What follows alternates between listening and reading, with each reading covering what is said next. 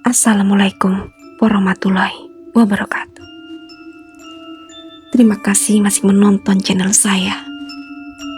Sebelumnya, jangan lupa like, komen, share, dan subscribe. Kali ini saya akan membawakan sebuah cerita yang berjudul Hanya Sebuah Ketukan.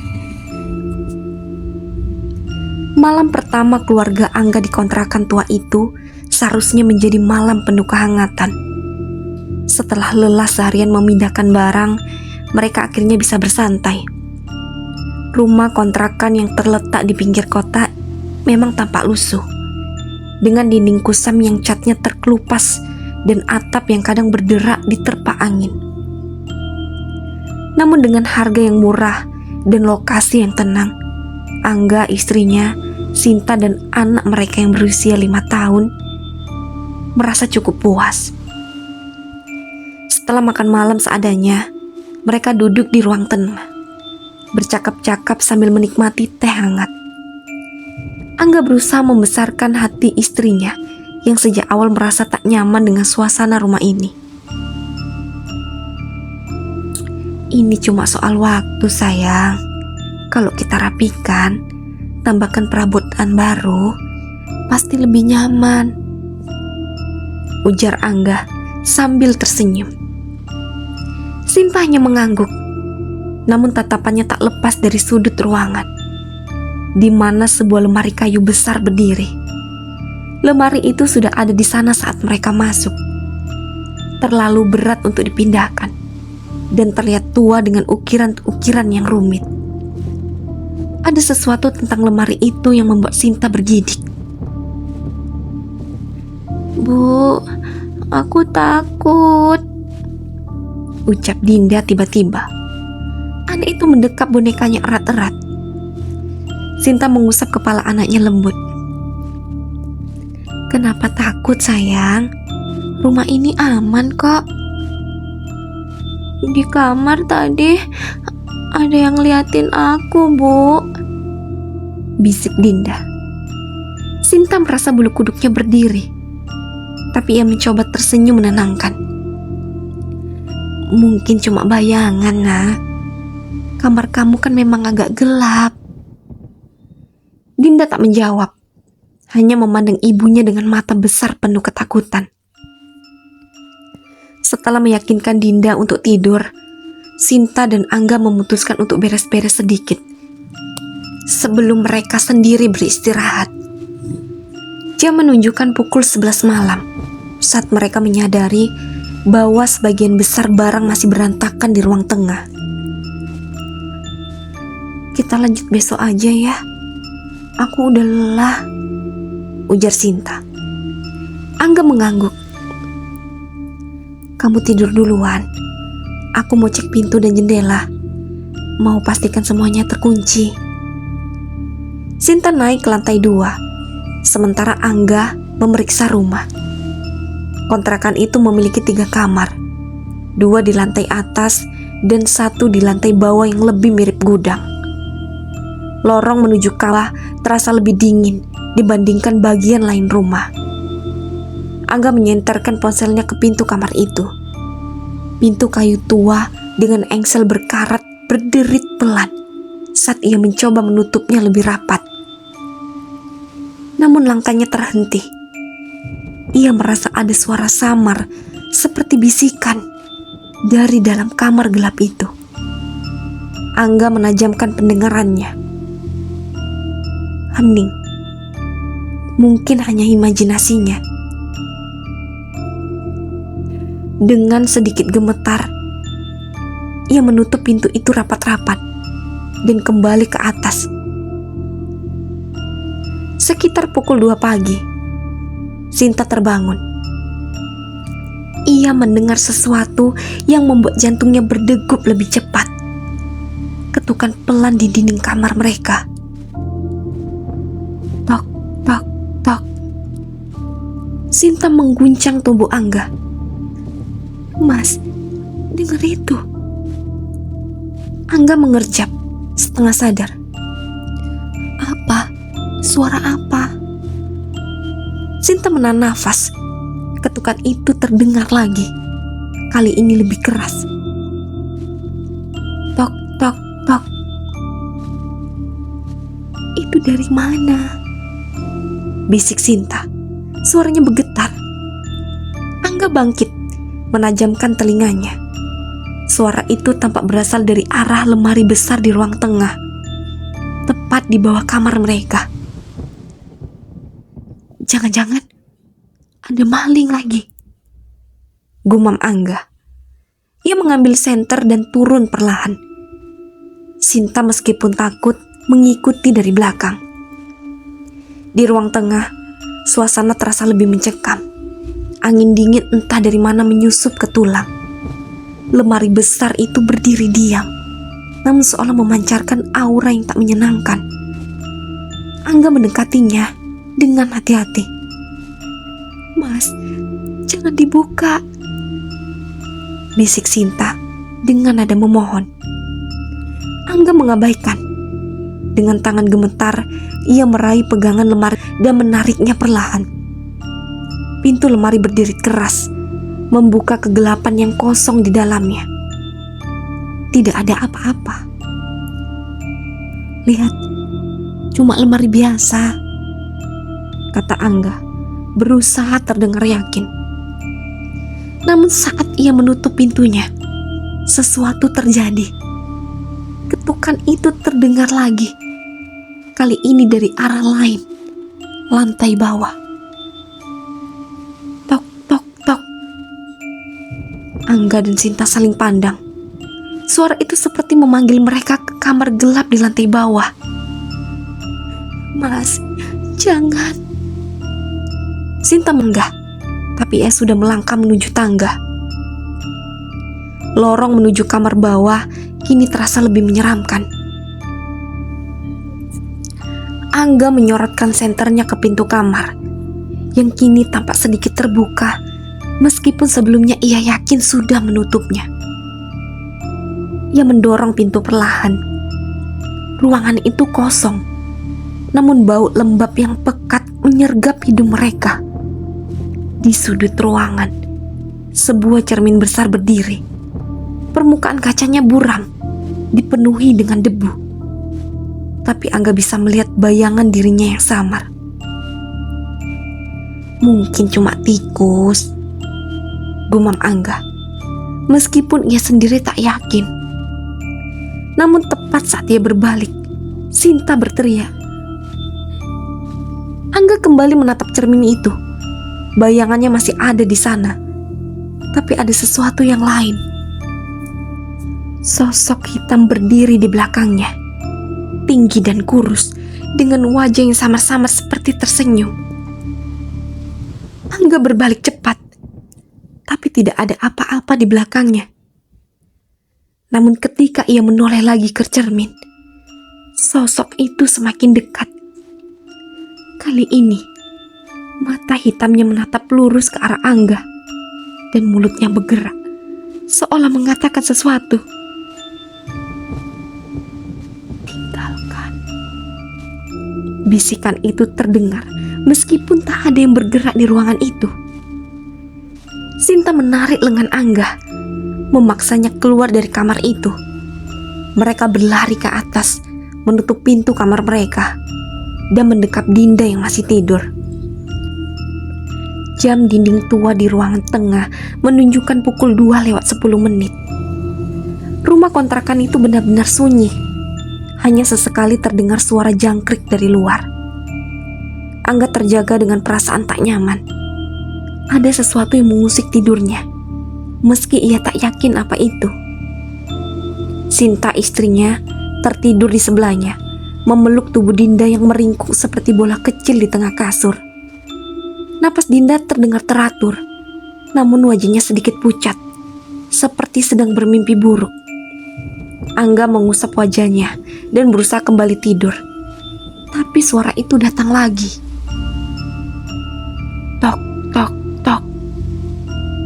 Kali ini lebih jelas. Angga membuka matanya lebar-lebar. Ia menajamkan pendengarannya, memastikan bahwa suara itu bukan bagian dari mimpinya. Suara itu terdengar seperti ketukan pelan di dinding kamar mereka. Berulang-ulang.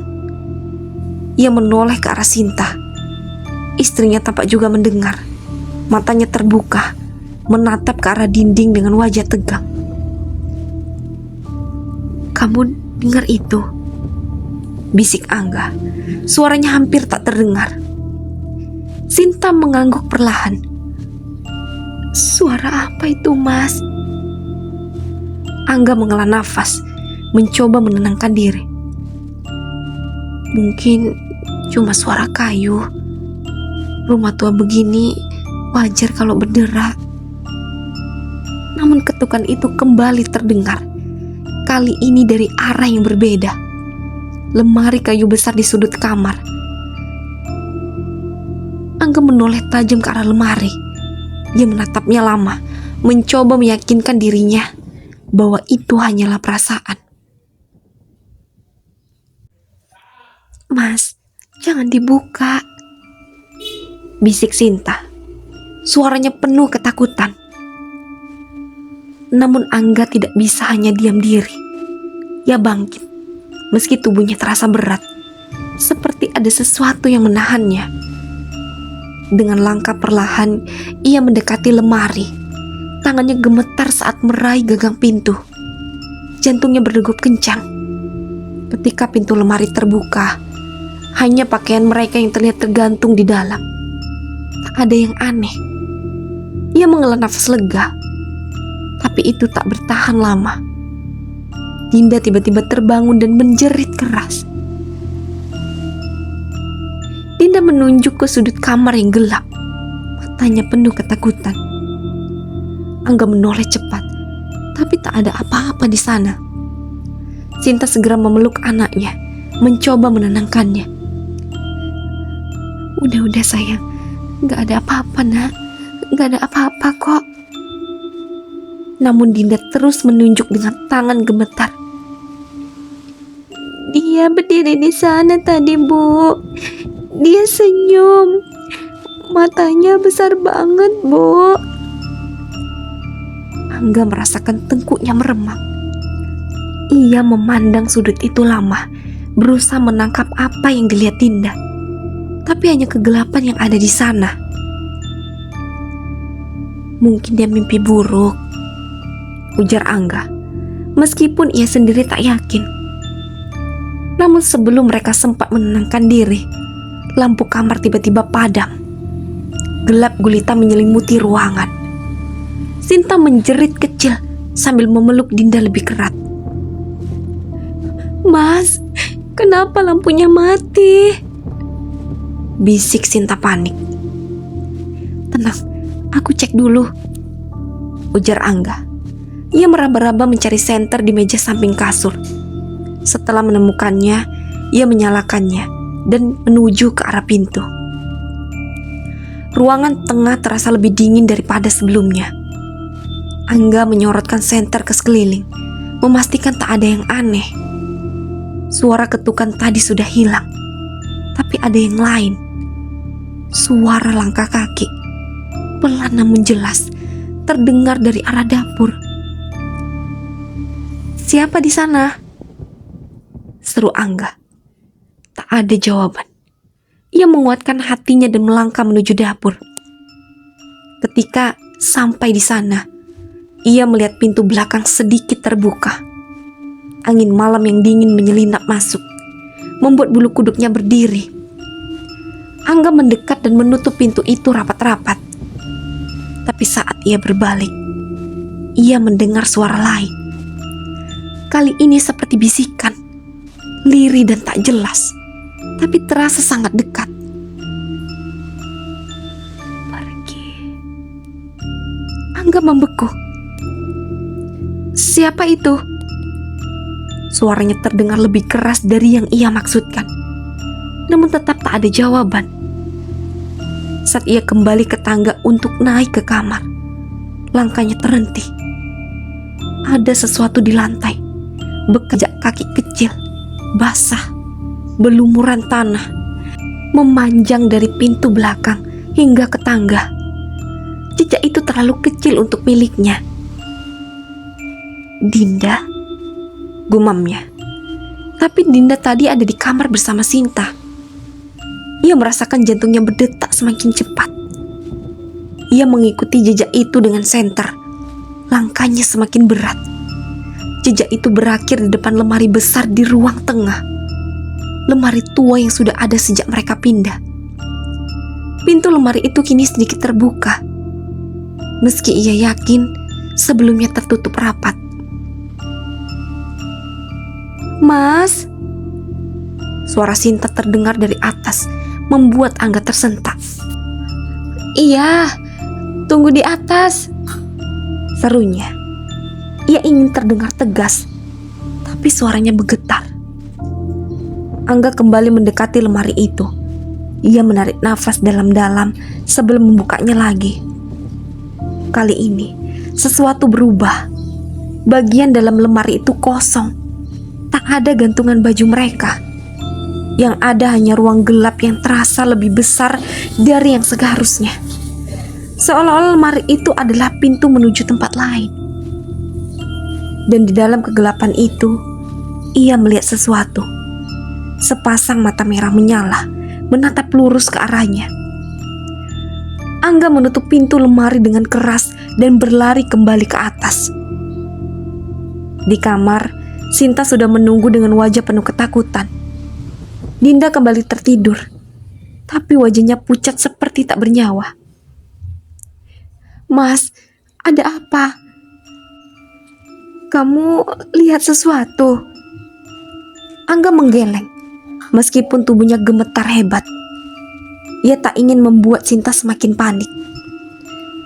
"Enggak ada apa-apa. Aku cuma cek pintu belakang tadi. Udah aman kok." Namun sebelum mereka sempat tenang, suara itu terdengar lagi. Ketukan. Kali ini lebih keras. Bukan hanya dari dinding, tapi dari lantai di bawah mereka. Tok, tok, tok. Seolah-olah sesuatu atau seseorang sedang mencoba keluar dari dalam tanah. Sinta mencengkram lengan Angga. "Mas, ini gak benar. Kita harus keluar dari sini sekarang."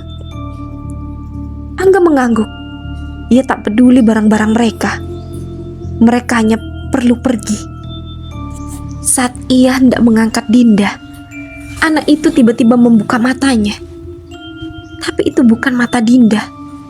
Matanya hitam legam, kosong, dan ia tersenyum lebar dengan bibir pucatnya. "Kenapa buru-buru pergi, Ayah?"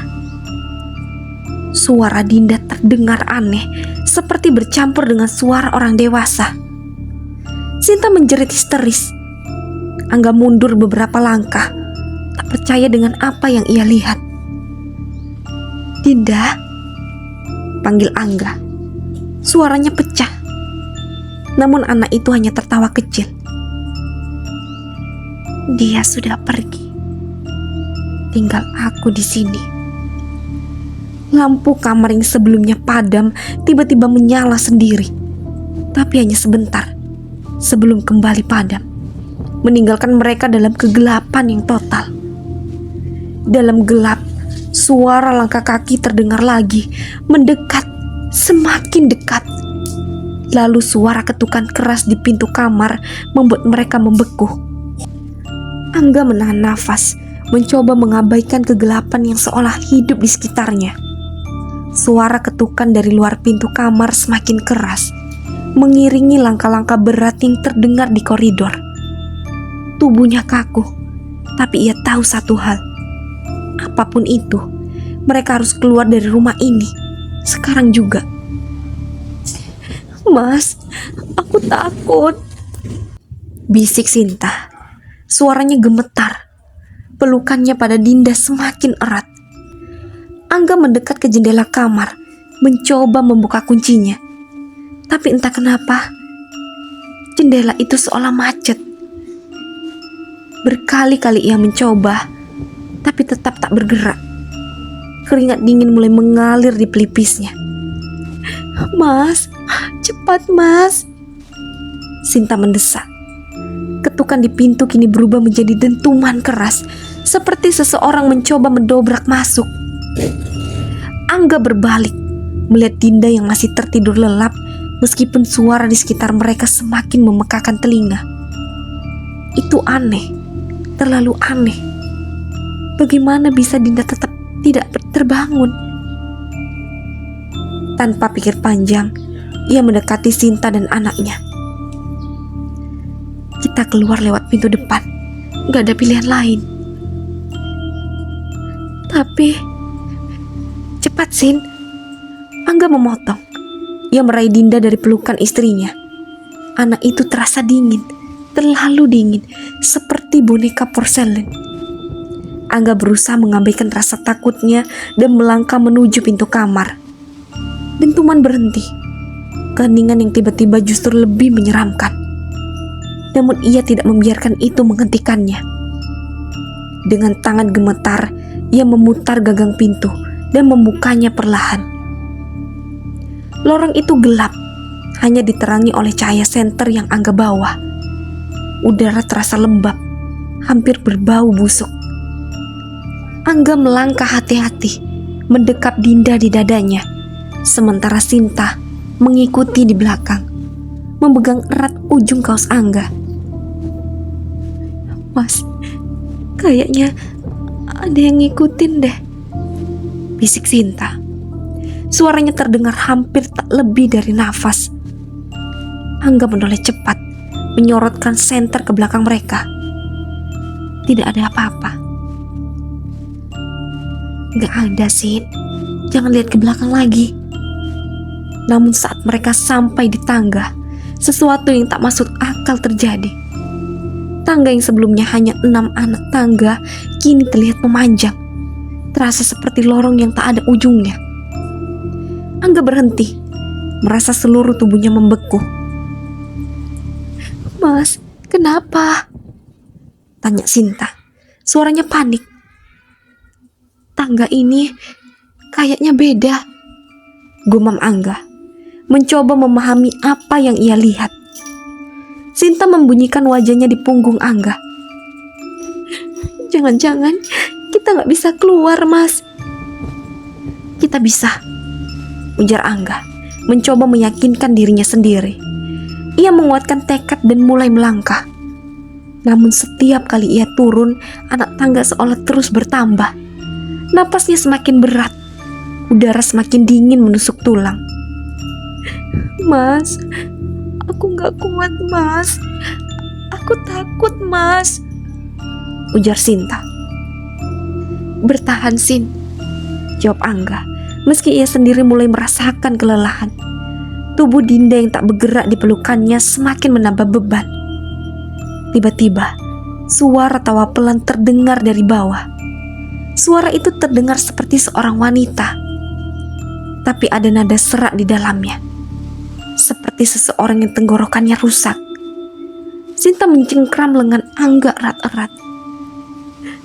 Mas, kita balik aja ke atas, desak Sinta. Enggak, kalau balik kita malah terjebak. Angga terus melangkah, meski tubuhnya kini terasa seolah diseret. Dan akhirnya mereka sampai di lantai bawah. Namun yang mereka lihat membuat nyali mereka ciut. Ruang tengah yang tadi mereka tinggalkan kini berubah. Dindingnya dipenuhi coretan-coretan merah seperti darah, membentuk pola-pola aneh yang tidak mereka pahami. Lemari kayu besar di sudut ruangan terbuka lebar, tapi tidak ada apa-apa di dalamnya, hanya kegelapan pekat. Aku gak mau di sini, Mas, bisik Sinta. Suaranya bergetar. Kita ke pintu depan, dari sana kita keluar, jawab Angga. Ia mencoba tetap tenang, meskipun pikirannya dipenuhi ketakutan. Namun saat mereka melangkah menuju pintu depan, suara langkah kaki terdengar lagi. Kali ini lebih jelas, lebih berat. Suara itu datang dari arah dapur. Angga berhenti. Ia menoleh, menyorotkan senter ke arah dapur. Tak ada siapa-siapa. Tapi suara langkah itu tidak berhenti, justru semakin mendekat. Mas, Sinta hampir menangis. Angga menarik nafas panjang, mencoba berpikir rasional. Siapapun itu, kita nggak boleh takut. Kita harus tetap ke pintu depan. Ia menarik Sinta, memaksanya melangkah lebih cepat. Ketika mereka sampai di depan pintu, Angga segera mencoba membukanya. Tapi pintu itu terkunci.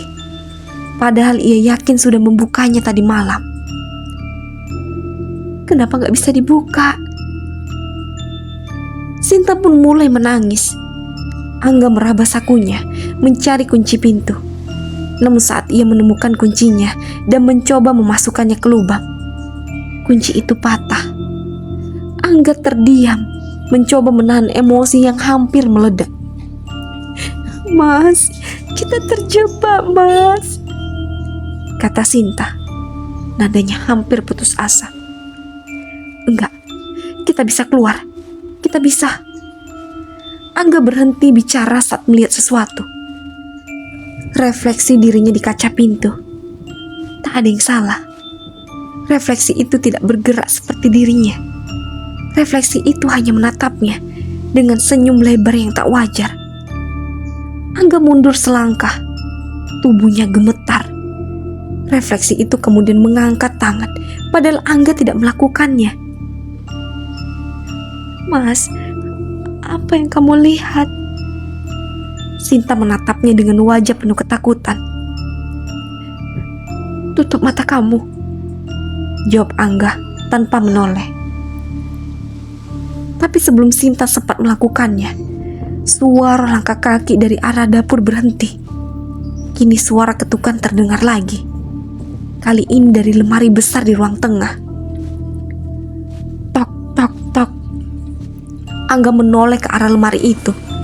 Pintu lemari perlahan terbuka, meskipun tak ada angin dalam rumah. Mas, jangan. Sinta, pegang Dinda, kata Angga sambil menyerahkan anak itu ke pelukan istrinya. Ia mendekati lemari dengan berhati-hati, meskipun tubuhnya terasa semakin berat. Ada sesuatu di dalamnya, sesuatu yang tak bisa diabaikan. Ketika ia berdiri tepat di depan lemari, bau busuk yang menyengat menyeruak. Angga menahan nafas, lalu menyorotkan senter ke dalam. Sekilas ia tidak melihat apa-apa. Tapi saat ia menyinari lebih dalam, ia melihatnya. Tubuh seorang wanita tua, pucat, dengan rambut panjang yang acak-acakan. Matanya kosong, tapi bibirnya tersenyum.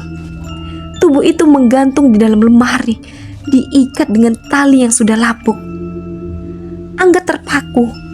Tubuh itu tidak bergerak, tapi senyuman di wajahnya terasa hidup, seperti mengejek. Mas, apa yang kamu lihat? Tanya Sinta lagi. Suaranya semakin panik.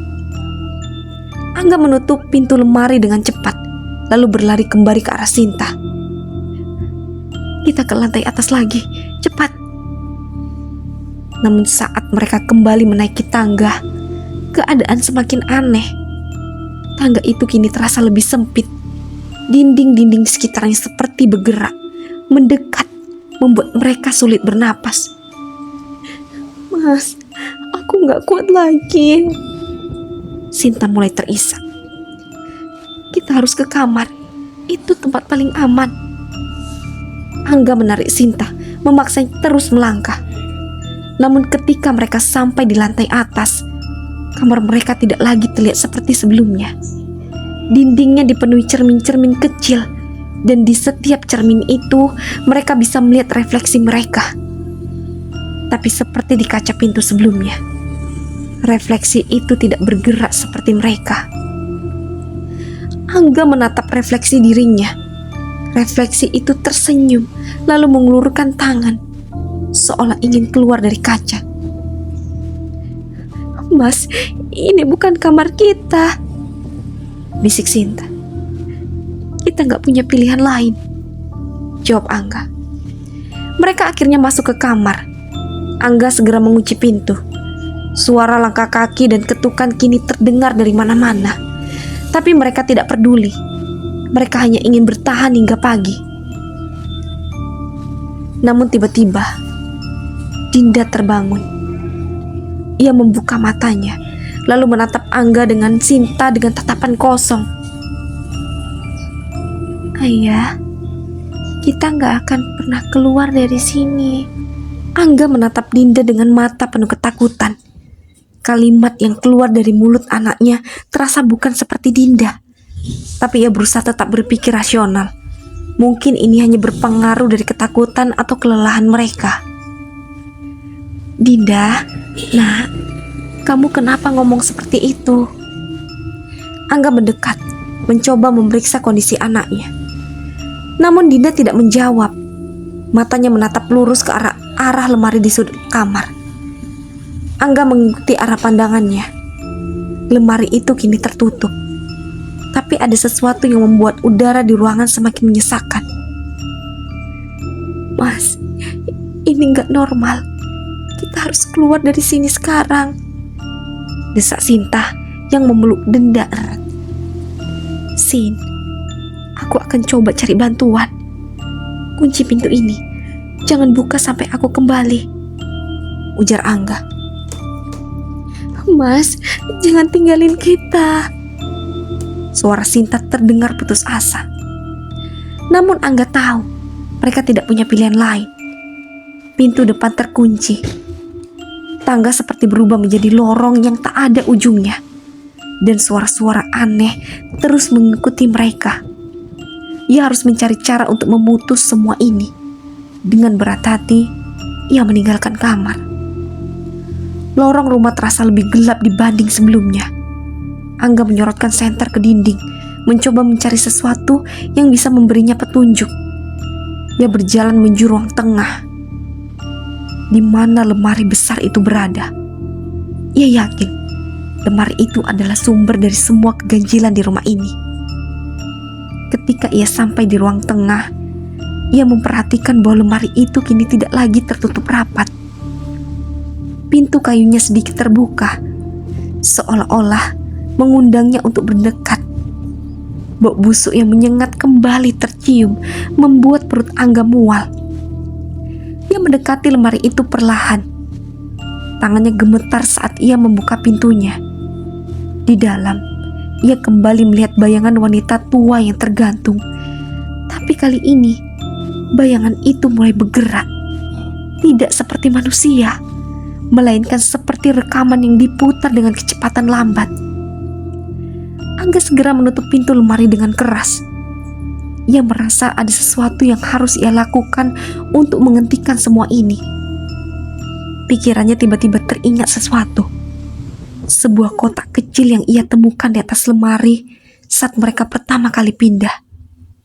Ia tidak pernah membukanya. Dengan cepat, ia memanjat kursi dan meraih kotak itu. Ketika ia membukanya, ia menemukan beberapa benda aneh di dalamnya. Sebuah foto tua seorang wanita, secarik kain merah kotor, dan sebuah kunci kecil yang tampak usang. Ia memperhatikan foto itu. Wanita di foto itu terlihat seperti sosok yang ia lihat di dalam lemari. Siapa kamu?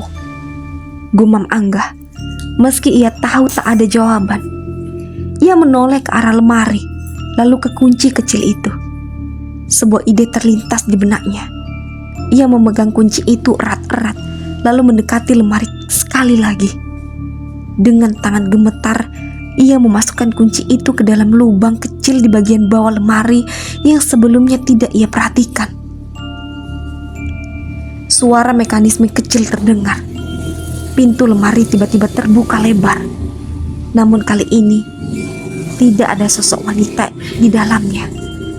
Hanya kegelapan dan sebuah tangga kayu kecil yang tampaknya menuju ke ruang bawah tanah. Angga menelan ludah. Ia tahu ia harus turun. Ruang bawah tanah itu sempit dan penuh debu. Dinding-dindingnya terbuat dari bata yang sudah tua dan rapuh. Di tengah ruangan, ia melihat sesuatu yang membuat jantungnya hampir berhenti. Sebuah gundukan tanah segar, seperti kuburan kecil. Di atasnya ada sebuah papan kayung yang bertuliskan nama Rukmini. Angga ingat nama itu. Itu adalah nama pemilik rumah yang sebelumnya disebut oleh tetangga mereka. Konon, Rukmini menghilang secara misterius bertahun-tahun lalu. Jadi ini sebabnya, gumam Angga. Ia melihat sebuah sekop tua di pojok ruangan. Meski tubuhnya gemetar, ia tahu apa yang harus ia lakukan. Dengan hati-hati, ia mulai menggali gundukan tanah itu. Setiap sekop tanah yang ia angkat, bau busuk semakin kuat. Tapi ia terus menggali, hingga akhirnya sekopnya menghantam sesuatu yang keras. Ia berlutut, membersihkan tanah dengan tangannya. Di bawahnya, ia menemukan sebuah peti kayu kecil. Ia membuka peti itu, dan di dalamnya terdapat kain kafan yang sudah hancur, serta beberapa benda pribadi, termasuk sebuah kalung dengan inisial R. Tiba-tiba, suara lirih terdengar dari belakangnya. Suara itu berbisik pelan, tapi jelas. Tolong aku. Angga menoleh cepat. Tidak ada siapa-siapa di sana. Namun ia tahu suara itu berasal dari pemilik rumah. Dengan sisa keberanian yang ia miliki, ia mengangkat peti itu dan membawanya ke atas. Ketika Angga kembali ke kamar, ia menemukan Sinta dan Dinda duduk di sudut ruangan, tampak ketakutan. Mas, ada apa? Apa yang kamu temukan? Ini dia, jawab Angga menunjukkan peti itu. Aku yakin ini milik wanita itu. Kita harus mengakhiri semua ini. Ia membuka peti itu di depan mereka. Sinta terkejut melihat isi peti, terutama kalung itu. Mas, aku ingat kalung ini. Waktu kita pindah, aku lihat kalung ini di lemari. Aku pikir itu hanya benda tak berguna. Dia ingin kita menemukan ini, kata Angga. Dia mengambil kalung itu, lalu berdiri. Kita harus membawanya keluar dari rumah ini. Sinta mengangguk, meskipun ia masih ketakutan. Mereka bertiga keluar dari kamar, menuju ke halaman belakang. Meski jalan menuju pintu depan terasa memanjang sebelumnya, kini terasa normal. Di halaman belakang, Angga menggali sebuah lubang kecil. Ia memasukkan peti itu ke dalamnya, lalu menutupinya dengan tanah.